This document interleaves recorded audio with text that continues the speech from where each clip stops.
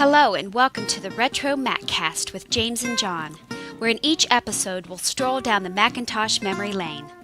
We'll discuss older Macintosh computers, collecting all things related to the Mac and Apple computer, and current topics from the perspective that only a couple of old Mac fans can provide. Da-da-da-da-da. Hello. Hello. Hello. And hello back down under. Oh, we got people joining us? Yeah. Yes. Okay, that's wonderful. How you doing? I'm doing well. I'm looking at your background there. You've got a couple of Macs running with. Is that what screensaver is that with the? This is one of the After spheres? Dark modules. Yeah, I just thought it would be fun to throw it on the iMac as well as the SC30. Put the same one on there.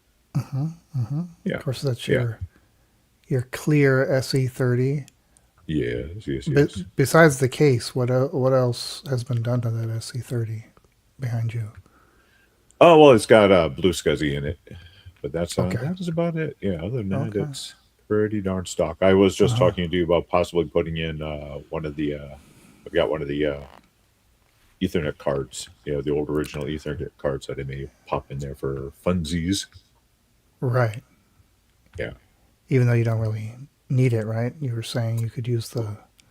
Yeah. I've never messed with it, but yeah, there's a way to use the. You've got a Pi 0W on your blue SCSI. You can use a hacked version of the SCSI Ethernet driver. Yeah, cool stuff. Nice. All right. Well, I suppose we should get on with it. When we start recording, and 3, 2, 1. Welcome to the RetroMacCast with James and John. This is episode 727 for February 23rd, 2026. Good evening, John. Good evening, James. We are back after a week off. That was your call. You were Yes, that was my call. I doing was something. Yeah. Did you take a trip? Oh, we ended up not, but I still enjoyed the holiday off. So, yep. Yeah, that's right. We had President's Day last Monday. It's a long weekend. But we are back, and we're going to talk about the usual stuff, the eBay finds, lots of good news to talk about. And then we're going to talk about a binder that I came across. I think it was on the hunt for old Macworld magazines, maybe. The Apple Certification Training Workbook. So I'll thumb through that. See if there's anything interesting in there. And what else? That'll probably be about it. I've got an update on my inventory and for the computer inventory. And then not only will I add that Apple Certification Training binder to the inventory of other, but I will add something that we're going to take a look at in the eBay find, something that I Very nice. already have in the collection. So we get that coming up, starting with eBay finds after the break. Hello, Micro Say Hobbyist hi. and Chris Logan. Hello from the blizzard. Oh yes, I hear tale of lots of snow falling in the Northeast. Okay, let's see. eBay finds. Oh, let's do it this way. All right. Let's start in 3, 2, 1. It's time for eBay finds. Last week we had the Dove Max Snap 548 1.5 megabyte RAM card for the Mac 512K. That card went for $169.16 after 10 bids. I'm hoping it was bought by one of the YouTubers out there, so we can see it in action. Can you imagine back then what it would have? Well, didn't we? Did we find a price? I'm trying to remember if we happened to run Oh, across. the original price? Yeah, No, I of don't think we what looked it up. what it would have cost I mean, to put a meg and oh, a half into your 512K Mac back right. then. Yeah, that It'd would be have been, almost like trying to put RAM in a computer now, I guess. yeah, right. Maybe that's why it's got so much that it did, is because RAM prices are up everywhere. It trickles down, right? Then we had the VHS cassette that was servicing Macintosh from 1983, an original Macintosh training video that taught you how to take apart your Mac. And that cassette is still available for the buy it now of $149.99, or you can make an offer on that one. Yeah, I still call it shenanigans on how easy they made it look taking the back off that Mac. I'm just saying. If anyone's ever cracked open never cracked open compact Mac before, you know Yeah. it's a chore. And we wound up finding that on YouTube. It's in the show notes. One of the listeners was able to track that down. Okay, and then the badge, Oh the Apple yes. Computer Employee Macintosh Team Number One name tag is still available for the buy it now of $1,250. No make an offer on this one. Okay, we'll begin this week with this little pamphlet. The title says Vintage 1989 Apple Macintosh Brochure, Apple Desktop Media. In the description it says CPIX, 14 inches tall, from 1989, an advertising booklet showing, I guess, the possibilities of desktop media. It says there are signs of wear here and there on the front cover, some bending to corners, but overall in good shape for the age and size. I also I want to mention that this is spiral bound, which is very nice. Yeah. So you've Yeah. got this pamphlet, and on the cover, it's just all text. Well, there's a tiny 6-color Apple logo at the bottom, but the text says the work in this book was conceived on a Macintosh, presented on a Macintosh, budgeted on a Macintosh, written and edited on a Macintosh, laid out on a Macintosh, typeset on a Macintosh, proofed on a Macintosh, approved on a Macintosh, and produced on a Windows PC. Oh, no. Macintosh. It's all Macintosh. All Macintosh. And then it says, turn the This page. isn't the April 1st episode of the show. Yeah, and then in tiny letters at the bottom, it says, turn the page to see how it all came out. And it's just an example of, how much power exists with the Macintosh for all things desktop publishing. And the business behind desktop publishing, I right? particularly like the printed documents, overhead transparencies, and 35 millimeter slides and multimedia demonstrations in the Oh book are yeah, all effective means. So it actually contains right. the slides in there. Now it does look like there's a place for maybe some floppy disks that are no longer in there. Is that what it looks like? That's what it looks like. So this is the item that I have in my collection. So Ah, all we'll right. save it for the YouTube Oh, audience here very at the good. end, and we'll look at mine and see if it actually has those floppies. But yeah, overall nice condition. And they want $150 is the starting bid. No make an offer. Ends in 4 days, so there's no bids on it right now. It ships from Columbia, Missouri. All right, what do you got next? Okay, next up we have a vintage 1987 Apple Macintosh SE. Works. This is a nice complete set. It's got the SE, it's got the keyboard, it's got the mouse, it's got floppy disks, it's got manuals, it's got so many floppy disks, and it comes with a Mac luggage tote for your SE, so you can take it down to a Starbucks and start working Mm-hmm. on your next Mm-hmm. novel down at Starbucks. This is pretty cool. Right now it is an auction, actual auction. Right now it only is at $42. I love it when somebody sells something and they start it at a decent Yeah. price to give people the chance to let the market set the price. Uh-huh. This particular one, it looks like it's got 1 mega RAM and the two 800K floppy drives, so it's not an SEFD HD. All right, so hardware, I think we kind of covered it. It's got an Apple keyboard too. It's got a Apple Desktop Bus mouse, and let's see here. Lost my place. Books and documentation includes the SE user manual, the system software guide, Macintosh utilities guide, and a HyperCard user's guide. That's pretty cool. It's got a whole list of software. I'm not going to go through it, but does have some great stuff with it.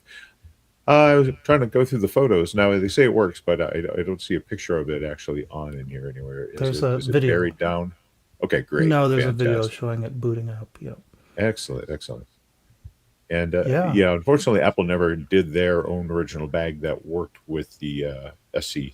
The old bag didn't work because it wasn't deep enough for the newer keyboards that they were coming out with, the A to B keyboards.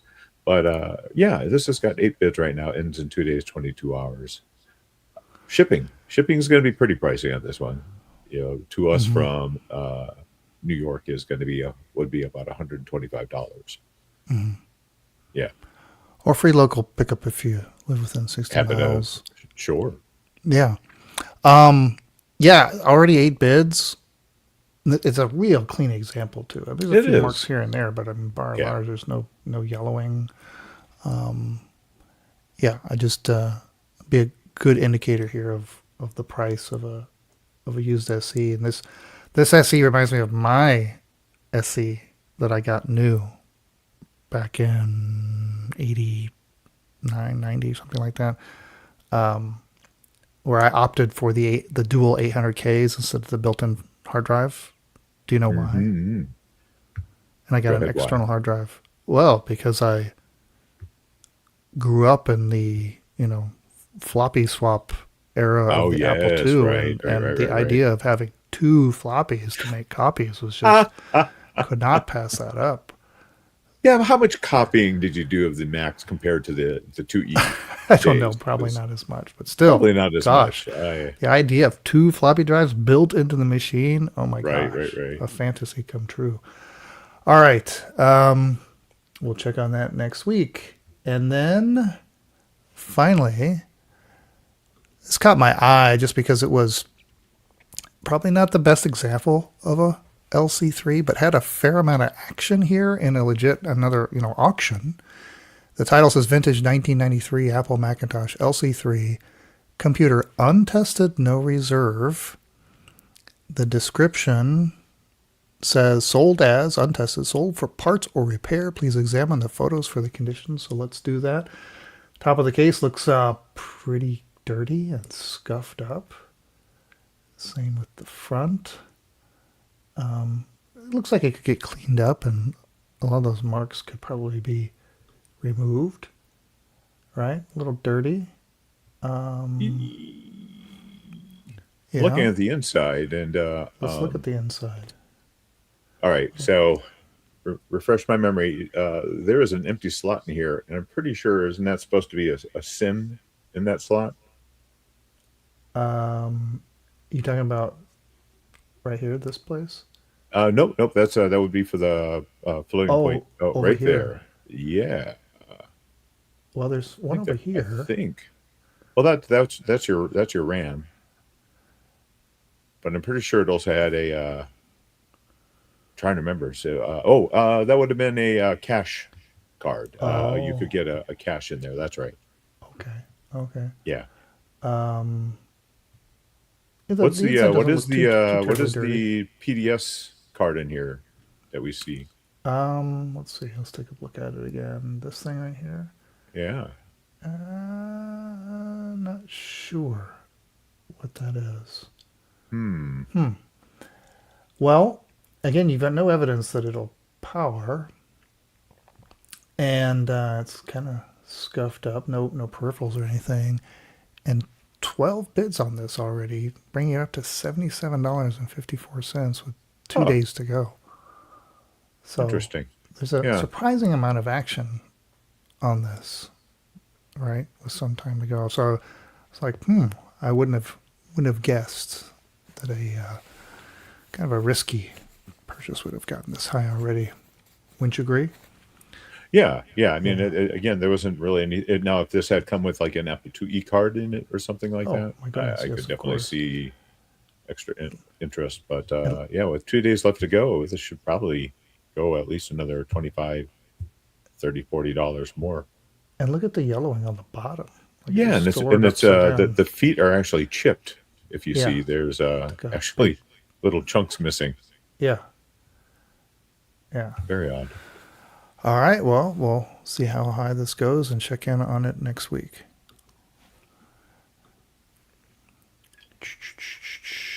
Yeah, it's kind of sad how much I've forgotten about the old Macs and what's going on inside some of them. Yeah. I'm pretty sure that was a cash card you could put in that slot on the Pizza Max or on the Color Classic or any of those.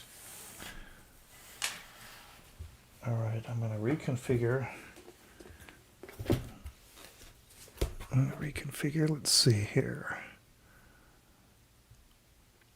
Aha.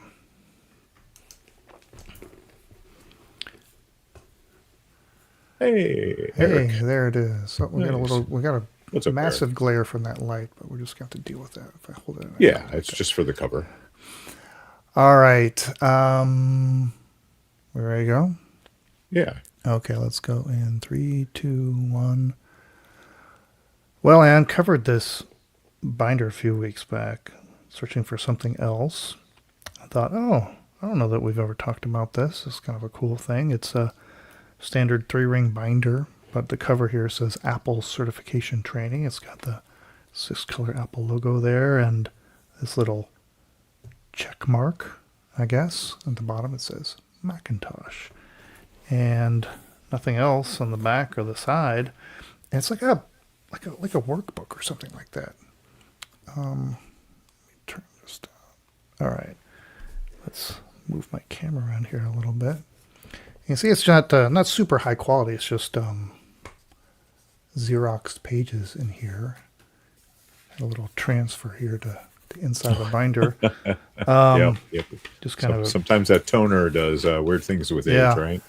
And so it's got a bunch of tabs here, and see the contents here: introduction, review of orientation package, finding Macintosh customers, determining Macintosh customer needs, organizing a Macintosh recommendation, making the sale, and reference. And boy, this is it's like you're going to business school here, or sales school here.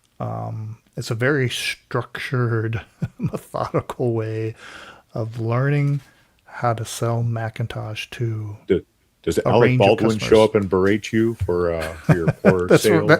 that I was reminded of that also, right? About the leads. We got to get the leads. That's the most important part. You don't get the good leads.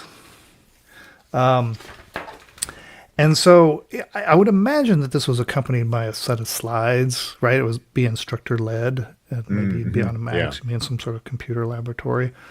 You see here the Macintosh certification course, the goal to provide an effective solution sale with the Macintosh family of products, and the objectives. Upon completion of this module, you will be able to 1. Achieve the level of competence with Macintosh products as stated in the dealer agreement. Ooh, the dealer agreement, sacred.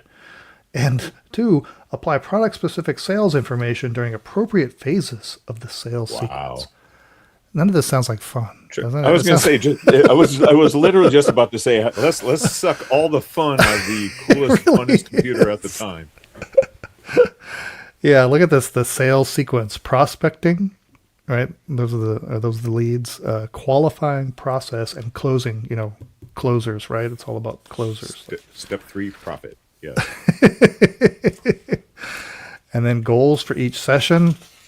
Obviously, I'm not going to read the whole thing here. We'll flip through here and see that there's, reasons why selling the company will help you sell Apple products. And then I guess this is probably something that was taught in the class, and you would take little notes. I like that the little bullets. Yeah, the little bullets on the page are little apples. Yeah. Yes, very clever. Here's a review of the orientation package, and all the things that you learn in orientation, including, I guess what's in the box. Good to know, what you're actually going to sell, the system, the accessory kit, cassettes, the accessory kit, like, we talked about, right? The Picasso box. Oh, yeah, It yeah. includes discs, cassettes, manuals, and other, like the programmer switch, for example. And then here's the hardware with a basic system, and then additional products that you can upsell. The numeric keypad, the modem, the laser writer. Yeah, that and would Apple have to be a Talk. pretty hard sell for most people, I would think. Yeah, because it was We know you're expensive. about to spend a couple of grand on this computer, but how about a few more grand on this Like laser 5. writer? Uh-huh. And you can see here, whoever took this course, there are little handwritten notes in here from time Oh, to that's pretty time. cool. The handwritten notes, that's Yeah, neat. it's a real time capsule here. There's some exercises, like how to move a font. Oh my gosh, in the Font D mover. Let's see, integration, different exercises here. This one integrates multi-plan with Mac Write. You'll see here how you can insert data. What is this? They did the Macintosh Challenge. I don't know, some kind of game. Let's see. Let's go to the next tab here. Oh, finding Macintosh customers. Goal to identify and explore ways of recruiting potential prospects for Macintosh. Oh my gosh. Very exciting stuff. Let's see here. Prospecting, targeting consumers, looking for customers. Ideas for the store, local advertising, direct mail campaigns, in-store seminars, and a store newsletter. Big section on that. Tab 4, determining the Macintosh customer needs. The goal to qualify potential Macintosh customers. Find out what their needs are, right? See where they're coming from, learn where they're going, and determine whether the customer can get there from here. Oh my gosh, all these different did questions. we say what Yeah. year you Well, estimate this it is from? doesn't. The year isn't on here, but you can date it because we'll get to the back here. Hold that question, and you'll see there's some got it. All right, references in the there's back that show the All right, models wonderful. that were at play at There this you moment. go. All right. And so you would fill out a customer profile, right? Name, occupation, company, what their needs are, what software you would recommend, what hardware you recommend. So a little exercise like that. And then this is interesting right here. They have this little quiz, I guess. Features or benefits. You're supposed to decide whether something is a feature or a benefit. For example, the Macintosh comes with a training disc and cassette. Is that a feature or benefit? Are they kind of the same thing? Right. Well, I guess you it's would say feature on that because it's how to use the darn thing versus here's a pack of floppy disks to go with it, which would maybe a benefit. I don't know. I don't know. That's kind of a lot of. Wait, it's filled out. It's filled out. Yeah. But it's not graded, so we can't see. I like some of the things in here. The symbols on the back of the Macintosh show you exactly where to plug everything in. Well, that's nice. Is that a feature or a benefit? I guess they said it was a feature. Oh, look, see, this one can be a feature or a benefit, they say. Oh, wow. Tricky. Oh, wow. I like All this of the laser above. All right. laser writer output will impress your boss. Well, that's a benefit. Okay. And then, when you talk to a customer, they'll talk about different things that they do, and then you have to be able to translate in your head what kind of software packages will enable them to do those things better. So I've got that. And then towards the back here, there's a bunch of data sheets on different software packages. Like, for example, Word, who the target customers for Word, competitive advantages.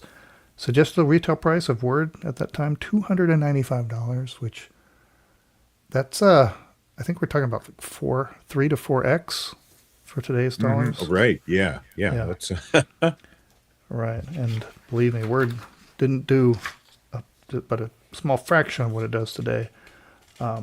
Helix, okay. a relational database.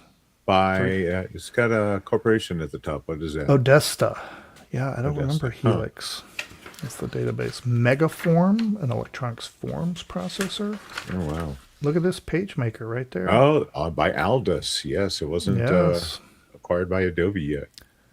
It's missing the price there, but yeah, early version of that. If you have to ask, James. Yes. Oh, that's right. Let's see here. Let me scroll through. You asked about when this was made. Well, we can derive that. Go to the back here. References. There's a couple of tabs here on references and some pages on different software packages, including Switcher. But what I wanted to get to. See, there's there we go. Switcher. 19. That's got a date on there. Oh, right. 9 April 1985. So that gets us about where we want to be. But there's there's a lot of pages here on different software packages. Business software. There's a whole product availability list. Look at all these financial applications. There was quite a lot of software available, even in '85. Wow. Yeah. Yeah, I mean, just database. I mean, holy smoke, the word processing applications. Look at all this stuff. Of course, not all of it was very good, but yeah, a lot to choose from. A lot of competition. Look at all the education and training software and the graphics applications. Oh my gosh! And then the hardware. Look at all the communication stuff. Computer languages. It's quite impressive, given the platform is only a year old. But I wanted to get. There's some hardware data sheets. Oh, maybe I passed it all by. I think, yeah. Well, there was at this time you could still get the original Mac. Right. You But could it's get the 512. pre Mac Plus, right? So Pre Mac if it was Plus. 85. They had the Yeah. 512, but they were still listing the Lisa XL Oh, or the of Mac course, Mac okay. XL, I guess. I should say. Right. Well, now I can't even. I should have put a little marker here for the pages. But yeah, there's data sheets on some of the hardware, including the laser writer. I think. Oh, here we go. Yeah. There we go. So the 128K right there. Mm-hmm. Okay, still Oh, available. yeah. All right. Specs. You've got the 512, the Mac XL, and then you got your laser writer, the Apple Talk Personal Network, and the Apple modem. I think that was it. That's There all you they go. had Wow. listed there. Yeah. So anyway, kind of handy reference if you're new. Oh, look at this data sheet right here. Still has the modern Tectura in April 85. I got all that. Yeah, nice reference if you're just learning to sell the Macintosh product line. Oh, here's a price list. Look at this. Oh, confidential dealer price list. Oh, okay. Oh, Look at well. this. We're All not. right. I'm The not sure I secret should. sauce. Wait a minute. I'm not sure we should show any of this. Do we all Probably have to sign an NDA first? Yeah, I'm disclosing this at great risk. Now, the price of the Macintosh, the original Mac, had dropped at this point to $21.95 because it started at $24.95. You can see that the 512 took you to $27.95, and the XL, $4,000. You're buying the XL, which is kind of nuts. The external hard drive, right? The access to the floppy, $495, and then the various things. I undersold the laser writer was actually $6,995 back then, but it did come with a toner cartridge, so don't forget that. There's some interesting products in here. The data communication products, these cluster controllers, these $5,000 cluster Ooh. controllers for networking. Now, I assume that has to personally. be if you've got an entire office full of Apple Talk connected, local guess. Talk, some sort of central hub thing. This is to, kind of interesting. You huh. know, I don't know, and it's got Apple part numbers. I have to We'll look have to into go this through, and back through see. some old, some Mac Worlds to see if they See, yeah, delve into that. that's amazing. You got expansion kits here. security kits, hardware upgrades, lots of interesting things. A box of discs cost $49 back then. A box of 10, which is a lot of money today. Yeah. Yeah, really neat. Anyway, I'd share this. So that's the Apple Certification Training Workbook from 1985. Okay. Oh, cool. You put me to full screen, didn't you? I like Yes, I did. Yeah. Thank you. All right. Let's get this guy out of here. Oops. Oh, can you move him? I was trying. You figure it out? Oh, there it is. I was just on the wrong one. There we go. All right. Okay. Talking about floppy disk prices. I still remember it was 82 or 83 in our high school. We had one Apple II. It would have been 82 because we didn't have a computer lab yet. So it was 1982. We had an Apple II. We only had the one computer in the entire high school. And you could get a floppy drive. So it was me and another kid went in half and half to buy a floppy disk because we couldn't afford one of our own, and we did the notch thing. So and we were in the class at different times, so we would pass each other in the hall and hand off the floppy disk, and he used one side, I used the other side. But, it's just kind of how expensive floppy disks were to a high schooler back then. Sure thing.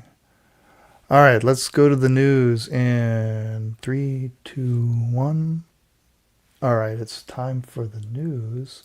Computer History Museum posted this on their X account. It says, we recently acquired an astonishing large Macintosh Plus computer. Naturally, our first order of business was ASMR with the big Mac keyboard. And I guess I could turn on the sound there. Hear what that sounds like. Now, if you've been listening or watching our show, then you might recognize this ginormous Mac Plus. Because we talked to the creator. I don't even remember when it was. Was it a year ago? I don't know. It was sometime last year, I'm pretty sure. Yeah. Jason Jackrell, the world's biggest Mac Plus, he made this thing 237% scale to real life, standing at 3 foot tall, weighing 75 pounds with the mouse and keyboard, and replicates every single feature of the original Mac. And so that's over at Jason Jackrell, JACKREL.com. And it looks like it found, actually it could have been the year before because it was seen in Open Source 2024. So that's when we were talking about it. I guess it made its way to the Computer History Museum, which is probably about the best place it can. Oh, absolutely. Can be. I mean, and the amount of detail put into this thing is just glorious. Look at that. I mean, just the keyboard. Yeah. I mean, the Mac itself is a pretty cool feat. But that keyboard is that's a chef kiss right there. That is. And it's funny how it sounds. It recreates the sounds of the original keyboard. That kind of hollow clunk sound. It's just a work of art. Hopefully he's properly recognized in the display or use of that when it's there. All right. And we were talking about the iPod not too long ago about bringing them up to speed with newer software, playing new, better formats, replacing batteries, and there's this kind of groundswell for older standards, not just cassettes and vinyl, but the iPod too. Article over on Creative Blog saying, yes, Apple, it's time to bring back the iPod. Apparently, there's a big Reddit feed group on the iPod. There's a lot of iPod modding going on. I guess it's our Reddit iPod Reddit page. And yeah, it says Tony Fadell, widely known as the father of the iPod, recently told Business Insider, quote, I think there are smarter ways of making an AirPod that has an iPod in it. So I think they need to bring back the iPod. He cited two reasons to cash in on the current nostalgia for the device and to cater to those looking for a more pure music experience without distractions. Yes, without distractions. You know, the distraction thing, that's a big reason for, retro computing. When it's not connected to the internet and you don't have pop-ups and It's notifications. very hard to doom scroll on your Mac Plus. Yeah, yeah. And so even listening to music, if you want to focus in on that, well, original So it's hard to iPod. play Doom on your Mac Plus, but that's totally different. Spygen, they've been influenced by a lot of designs, old Mac designs. They must have about a bunch of old Mac fans over there.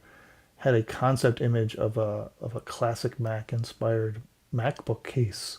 So this isn't a real product yet. They say a classic concept. Should we Mac it? You see on the bottom of it, it says the hello. Oh, the hello, yeah, script on the bottom. nice. It's got some kind of features. Does this look like a floppy drive on the Oh, top? yeah, right. Yeah, see the little Including the force eject hole there. for Yes. for you put your paper clip. And then they made one again a concept here, but inspired by a Bandai Blue iMac too. So maybe some of these Or the we'll old see what they original do. iBook, right? Yeah,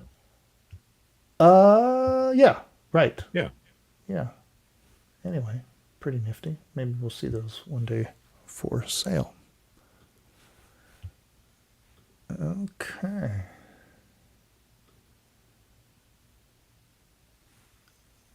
And Oh, Mac Down Under Yeah. mentioned that the Yeah. cluster controllers. He's pretty sure that was for the earlier Apple Link network. yeah, Thank you. I wonder what those look like though. I'd love to see if they've got like the boxes have Places a cool for design. ports for a lot of the ports to plug in, maybe. And, you know, You'd think they have feature the Apple design language, or maybe where they just kind of re-wickered boxes from somebody else. rebadged. Yeah. Right. All right.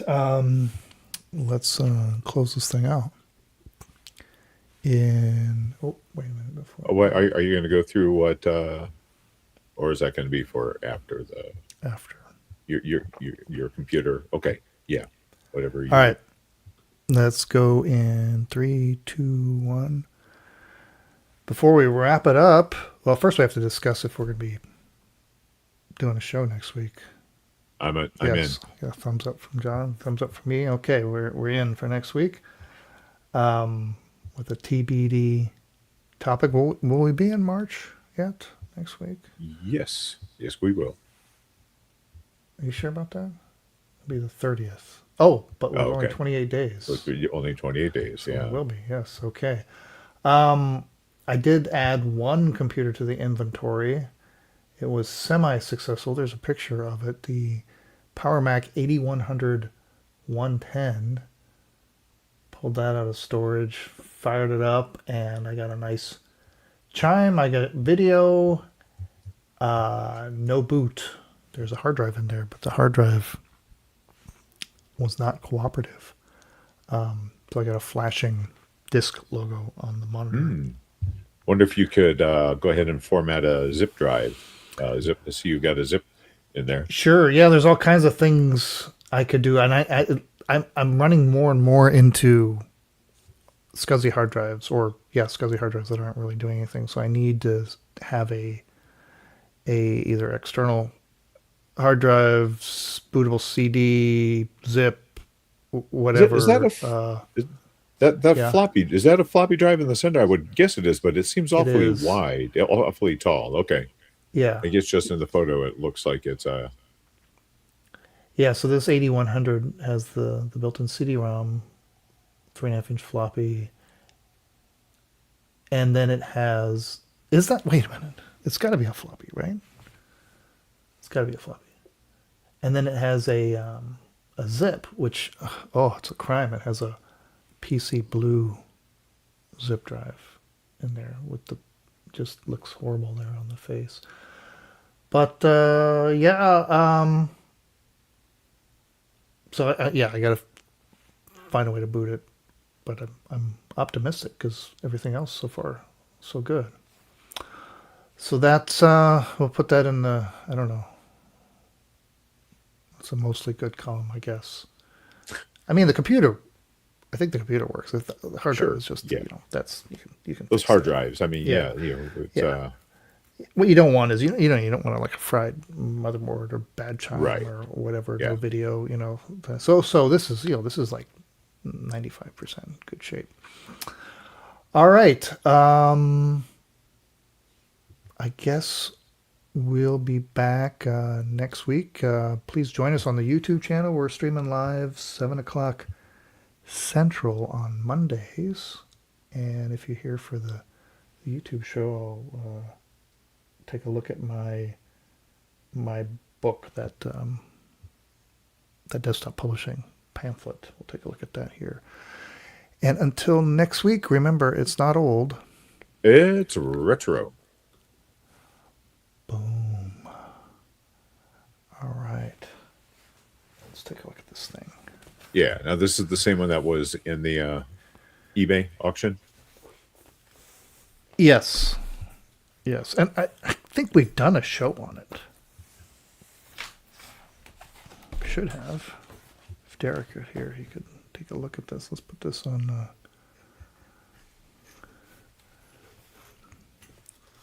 The book is too big for the. Oh, this thing's going to fall apart here. Let's see. Boy, this is such thick stock. I mean, this really is a quality pamphlet. Almost it cost a fortune just to make this thing. I like the front here, as one of our colleagues so aptly put it, seeing is believing, but touching is even better. You're about to see, touch, and hear real-life examples of what people around the country are creating with Apple Macintosh computers. The printed documents, overhead transparencies, 35mm slides, and multimedia demonstrations book are all effective means of communication that we call Apple Desktop Media. The examples speak for themselves, as do the people who created them. And you've got these little inserts here that show what like a real product would look like if you're going to make a newsletter here. You can see October 1988, little date on there, and then it even shows like these little diagrams. Oh, You have what? your scanner. Yeah. Okay. And then the people behind it. This thing really. And look at this. Yeah, Look at I these like the little insets. transparencies. Oh yeah, the transparency. Wow, that is Yeah. really nicely done. Wow. Yeah, and then there's these little stories, of. Oops, I can't really see it in the camera. Little success I'm gonna have stories. to improvise here. Yeah, little success stories of different people and how they use Macintosh. It says here, this transparency was created using Macintosh 2 computer and Microsoft PowerPoint software. The text and images were printed directly onto transparent film using a LaserWriter 2 NTX.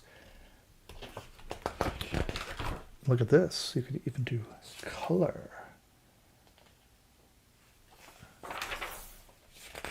So it was, boy, it just keeps, just the professional, and here's like some actual commercial shampoo designs Oh, for yeah, labels. Wow. Huh. Inserted in there. Yeah, that is a really cool book. That is. Yeah, the work that just went into making this. And here's an atlas. Oh my gosh. What would you call this? This is like a... Oh, like an overlay. Well, I think it's used in when you have to do somebody in the printing business could talk about the passes that you have to do in the different colors to get a full color. Oh, right. Yes. Yeah, it's like a plate of some sort. Okay, so I see. It looks like the back press. one is you have just CMY, and they did the black, the K on a different. Right. Nice. Yeah. So slick, and this is when you're getting big money in here because they're talking about the Crossfield Studio 880 system. And then here's your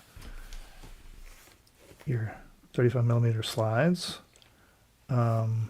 showing presentations. Let's see if I can you can see any of that. If I can navigate to the there, you can see that there's kind of, yeah. You put that on a projector, make a really nice presentation. See, I got some discs too. The anyway, discs, very nice. Storyboard animations by Cliff Hughes, Apple Desktop Media. There's a couple discs in here. Oh, we need to see if those are available on Macintosh Garden. And then there's a compact disc. There's no sleeve or anything here. That's just a picture. It says the compact disc pictured here contains a wealth of information about Apple Desktop Media. So that, I guess, was supposed to accompany this book. Have that. But that's beautiful. That is in great shape too. Yeah, and there's credits on the back. The Macs used to create it. Customer version, September 1989. So, yeah, way cool. Yeah. All right. Well, I'll add that to the list.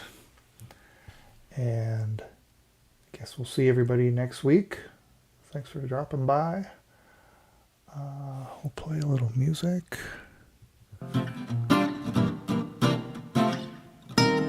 And somewhere we got like graphics we can play.